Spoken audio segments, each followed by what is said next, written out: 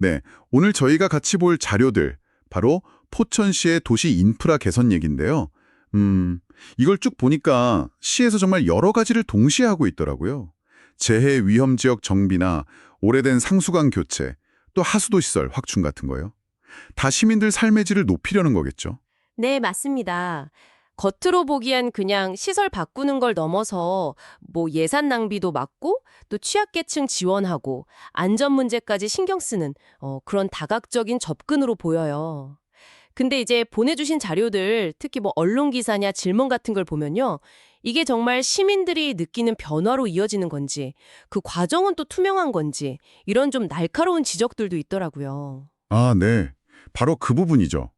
그래서 오늘은 이 포천시의 주요 사업들, 그 내용이랑 이게 실제 시민들 생활에 어떤 영향을 미치는지, 그리고 이 자료들이 던지는 핵심 질문들, 이걸 좀 명확하게 정리해 보려고 합니다. 자, 그럼 바로 시작해 볼까요? 우선 딱 눈에 들어오는 게 용담 양수장 송수관로 교체 사업.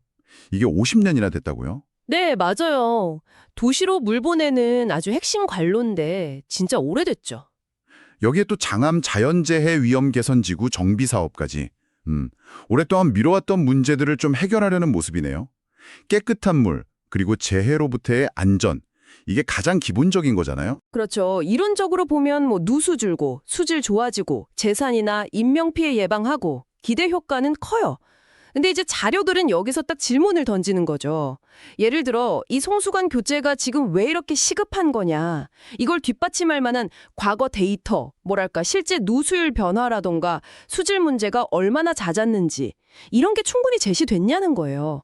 그리고 재해지구 정비 사업 같은 경우도 그냥 공사가 몇 % 진행됐다 이게 아니라 이걸로 실제 재해 위험도가 측정 가능하되 얼마나 낮아졌는지 구체적인 증거를 보여달라는 거죠. 그래서 정말 안전해진 거 맞아요? 이 질문에 답이 필요하다는 겁니다. 그렇군요. 그럼 도시 환경이나 편의성 쪽 얘기도 해볼게요. 포천이 하수처리 시설 증설, 내촌 하수관로 정비, 그리고 도로 이중굴착 방지 시스템 구축. 이것도 되게 중요해 보이는데요. 이 이중굴착이라는 게 여기저기서 같은 도로를 계속 파는 문제, 그거 맞죠? 네, 맞아요. 고질적인 문제였죠.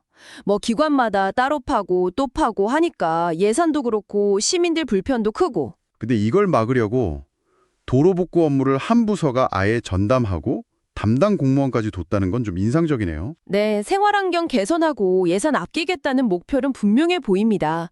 하지만 역시나 여기서도 진짜 효과가 있느냐? 이게 핵심 질문이에요.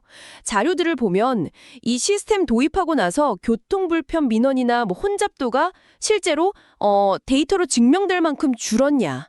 그래서 예산은 구체적으로 얼마나 아꼈냐? 이걸 묻고 있거든요. 하수도 사업도 비슷해요.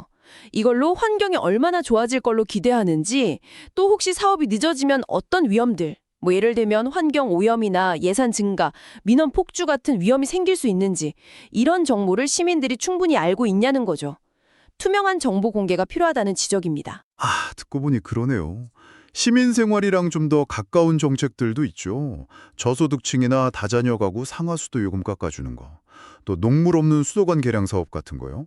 그리고 여름에 비 많이 올 때 하천변 주차장 침수 막으려고 비상근무 강화했다는 내용도 있고요.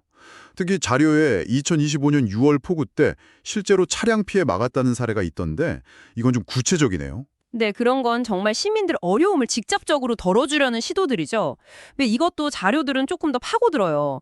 예를 들어 요금 감면 같은 경우 정확히 몇 가구가 혜택을 본 건지, 혹시 신청이 너무 복잡하거나 홍보가 잘 안 돼서 못 받는 분들은 없는지, 이런 사각지대 점검이 필요하다는 의견이 있고요.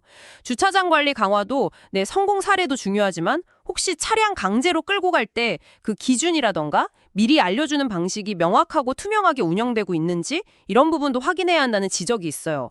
그러니까 선제적으로 조치하는 것도 좋은데 그 효과를 꾸준히 보여줘야 신뢰를 얻을 수 있다는 얘기죠. 종합해보면 포천시가 오랫동안 좀 방치됐던 도시 기반 시설 문제들을 해결하려고 여러 방면으로 애쓰고 있는 건 분명해 보여요. 하지만 동시에 이 자료들이 계속 지적하는 것처럼 그래서 시민들의 삶이 구체적으로 어떻게 얼마나 좋아졌는지 이 본질적인 질문에 답해야 하는 그런 숙제를 안고 있는 거군요. 정확합니다. 핵심은 그냥 사업을 추진하고 있다 이게 아니라 정책의 실질적인 효과를 데이터랑 명확한 사례로 시민들한테 투명하게 보여주는 거예요. 공유해 주신 자료들, 특히 언론의 약간 비판적인 질문들이 바로 이 지점. 그러니까 투명성, 책임성, 그리고 그냥 듣는 척하는 게 아니라 진짜 소통하는 것의 중요성, 이걸 강조하고 있는 거죠. 그렇군요. 오늘 저희가 이렇게 함께 짚어본 내용들이 앞으로 포천시가 어떻게 변해갈지 지켜보는데 중요한 어떤 기준점 같은 게 될 수 있겠네요. 오늘은 포천시의 인프라 개선 노력과 그 실효성에 대한 다양한 시각들을 살펴봤습니다. 깨끗한 물, 안전한 환경, 편리한 생활 기반, 이건 뭐 누구에게나 정말 중요한 가치니까요. 네. 여기서 근데 한 걸음 더 나아가서 생각해 볼 만한 질문이 이거 같아요. 과연 시민들이 겪는 불편함이나 정책 효과에 대해서 꼭 언론 같은 외부에서 날카롭게 지적을 해야만 행정이 투명하게 정보를 공개하고 개선을 약속하는 이런 방식이 최선일까요? 어쩌면 포천시에게 주어진 진짜 과제는 이런 사업들이 다 끝난 후에도 계속해서 그 효과를 측정하고 그 결과를 뭐 좋든 나쁘든 시민들하고 솔직하게 공유하고 거기서 나온 의견들을 다시 정책에 반영하는 그런 선순환 시스템 자체를 만드는 것일지도 모르겠습니다. 지금 여러분이 계신 지역은 어떨까요? 우리 동네는 어떻게 소통하고 있는지 한 번쯤 돌아보시는 것도 의미 있지 않을까 싶네요.